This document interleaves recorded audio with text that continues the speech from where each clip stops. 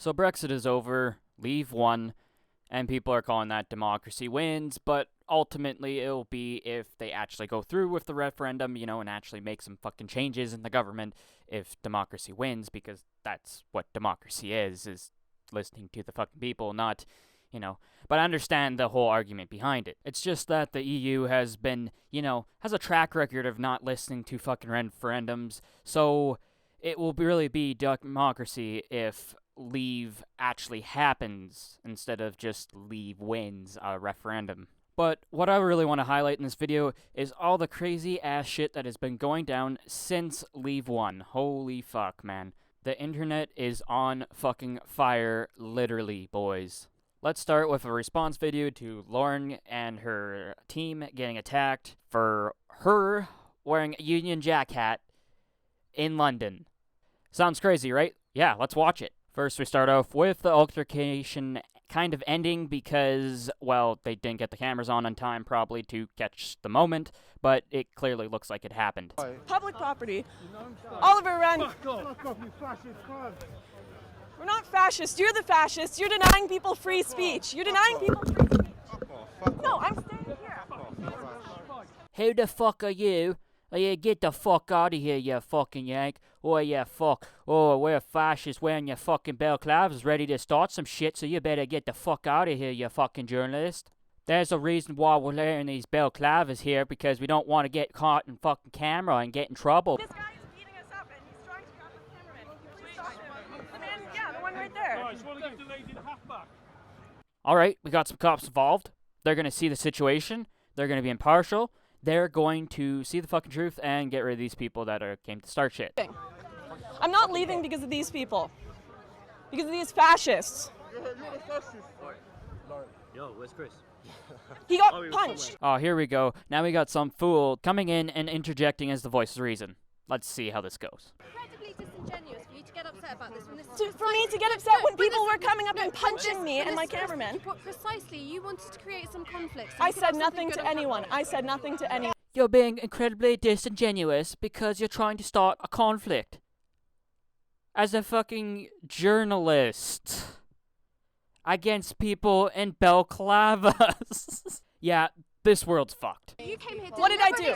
What did I do to provoke you? people? The shit had no taste just to start a scrap. That's what you did. Listen up, everyone. If you come in a Union Jack hat to a public space in London, it's your fault if you get assaulted, your camera tries to get stolen, and your hat does get stolen. General Grievous will run and hide as he always does. He's a coward. A journalist came there just to start a scrap. You know what I think? I think she came there to get a story, because that's what journalists do. Even if said journalist is the scum of the earth, such as Neil Steinberg, who beat his wife, and we all found out about it because he tried to buy a gun, proving the background loophole crap, which didn't happen. So yeah, everybody found out about it because they had to look into his history and they couldn't sell him a gun. Wonderful idiot. But as I was saying, even if said journalist is a piece of shit, all you have to do is ignore them. Just don't give them anything to write a hit piece on or a story on. Give them nothing. Tell them no comment whenever they ask you a question. That's all you have to do. And they'll won't be able to write a story on you, so they won't. It's pretty simple, but I know it's pretty hard to do in this narcissistic MySpace, Your Space, Facebook likes, woohoo! type world where you can't shut your fucking mouth. Yes, I am aware that I'm guilty by making this video of not shutting the fuck up, but I'm not complaining about being publicized. If Chopped Onion appears in a Jezebel hit piece, then fine, let them. Ultimately, it would just be another topic I could make a video on, so yeah, I'm cool either way, whatever happens. Stop bitching about being ridiculed for acting ridiculous. Unreal. Motive day today, obviously, for a lot of people, so let's... I'd say wearing balaclavas is a... Okay? Yes, Lauren, this is the logic of the British Metropolitan Police. That's the way they roll. Just listen to Tommy Robertson. They're fucking useless. Not be provocative, there are men here holding signs that say kill all white men. There are people here holding signs that are extremely offensive, wearing balaclavas and punching people. Yet a hat is provocative? Unreal. He got, Chris got pushed over and punched. He might not be okay. I don't know, we have to find him. Oh shit, where's Chris? This is unreal. These people are just bad people.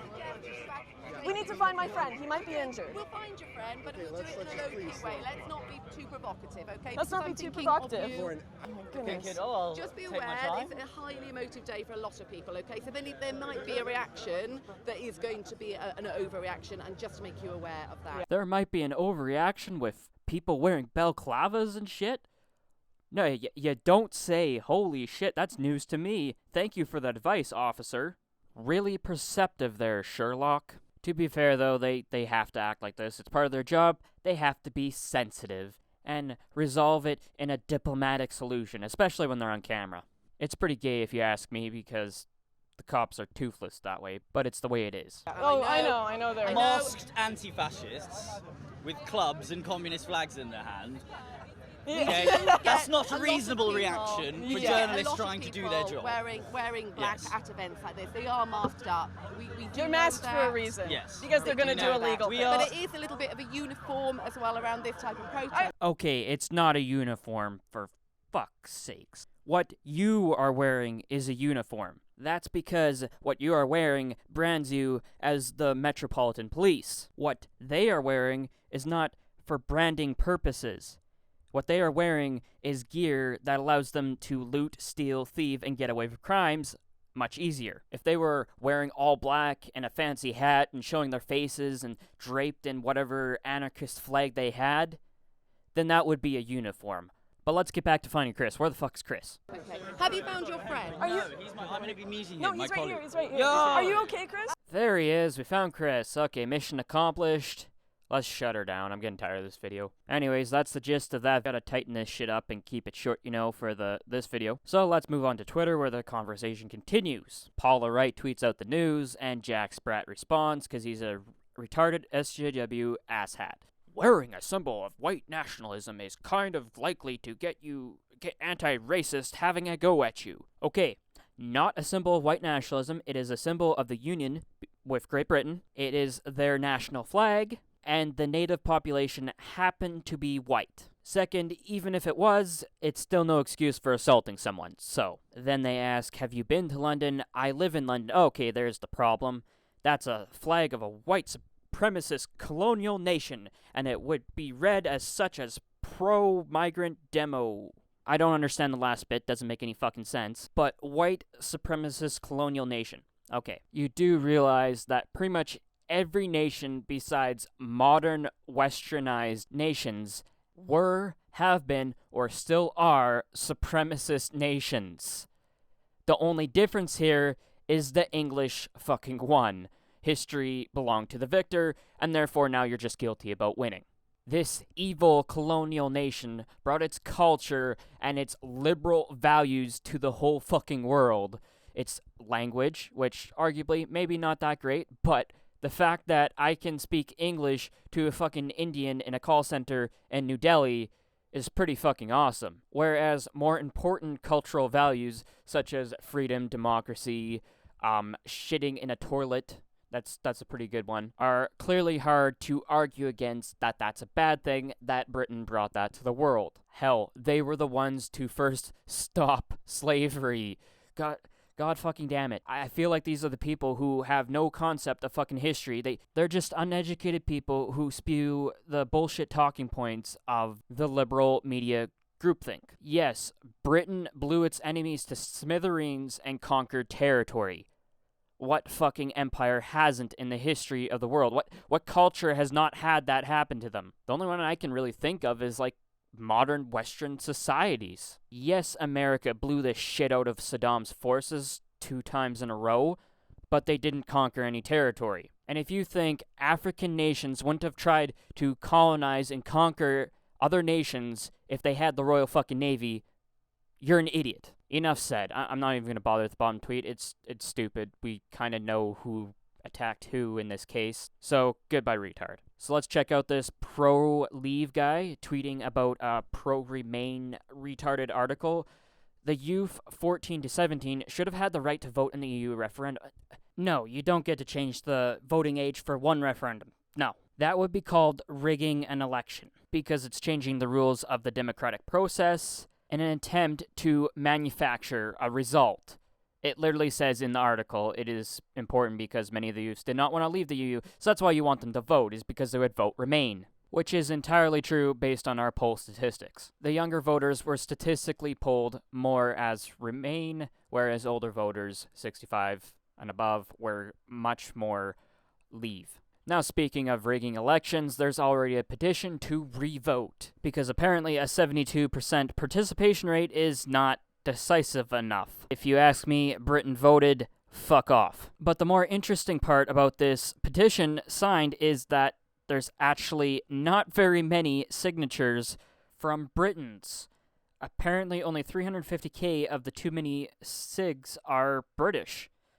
Holy shit. Which also doesn't seem to be updating very well, so it might be even worse. And just to add to how unlegitimate this petition already is, we have cases of presumably Remain camp posting their postal codes to try and bolster the numbers of the petition because it requires a UK postal code in order to go through. Look, I know I have an opinion on Brexit, and that I am on the Leave side in terms of what I think I would want as a Briton, what makes the most sense, and what I want as a Canadian. But at the end of the day, I'm not British, so it's not my fucking vote. The only say I have in the referendum is to just say, hey, this is my opinion, this is the reason why, this is why I think you should be Leave, and leave it at that. Let voters make up their own fucking mind. I could propagandize them, but that's really douchey, and more for the Remain elites that push the propaganda and bullshit.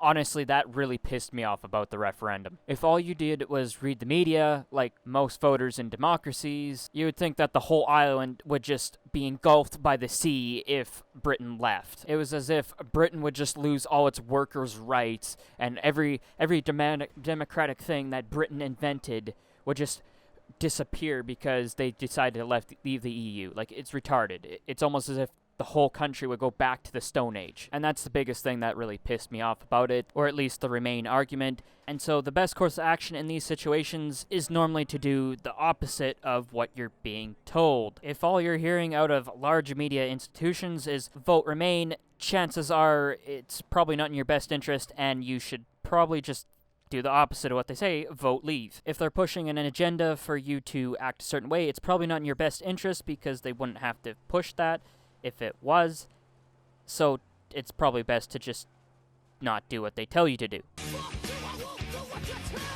I think in addition to this, it's also very upsetting to see the corporations, primarily tech, acting like giant broke pussies and bitching out. They undoubtedly love the EU for all its retarded regulations that kill their competitors, so that's why the big corporations are very upset about Brexit. It kills their business model of screwing the competition. So yeah, I get it that they'll be upset, but go fuck yourselves. And go fuck your anti-capitalist regulations. We win, you lose. Fuck you.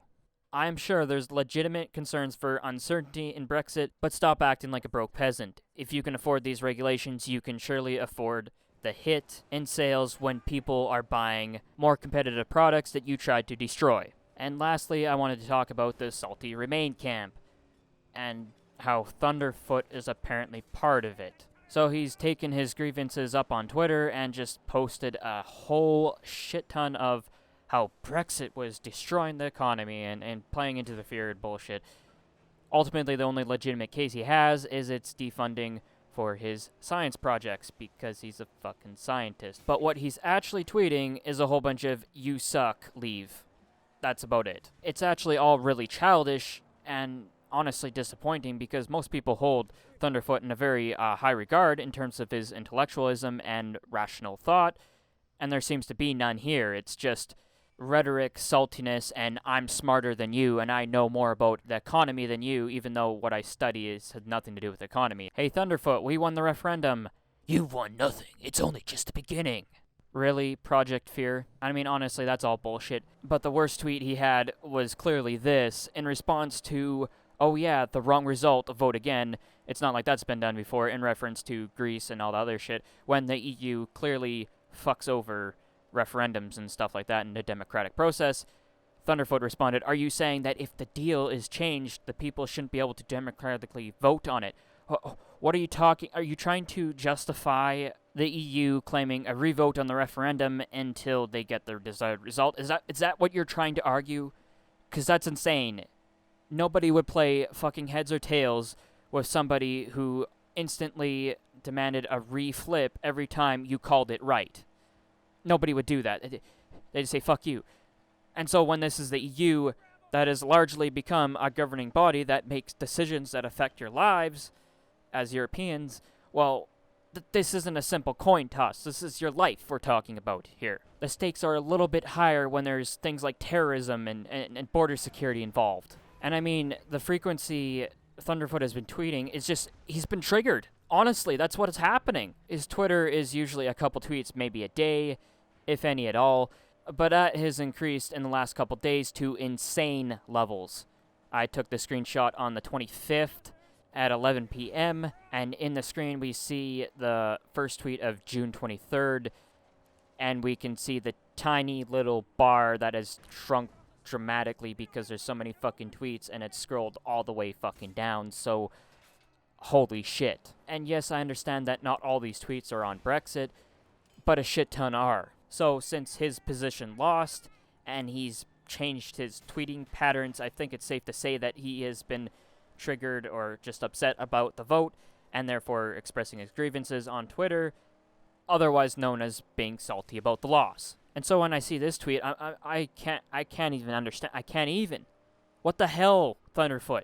Like, what's going on, dude? What's going on? This is not normal Thunderfoot behavior. Like, did you eat too much yellow snow or something? For fuck's sakes. Something's gotta make sense here. Nothing's making sense anymore.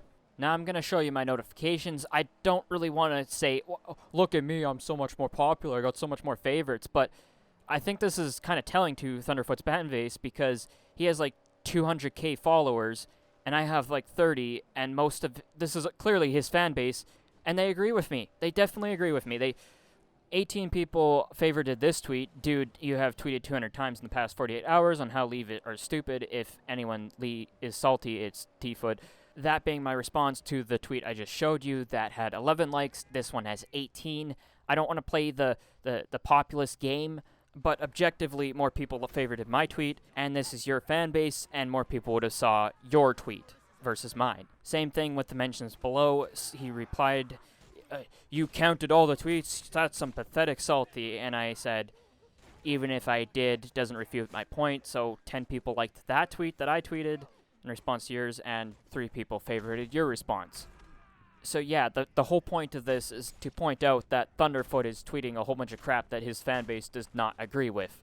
Oh, that, and also I kicked Thunderfoot's ass at Twitter, so yeah, I'm so cool. But anyways, I didn't want to get into too much opinions. I just want to laugh at some funny shit. I hope you liked this video. I'll probably be making some more Brexit shit in the future, and actually it's probably going to focus more so on the EU and how the EU sucks. But those are other videos for another time. I hope you enjoyed this one. Have a good day.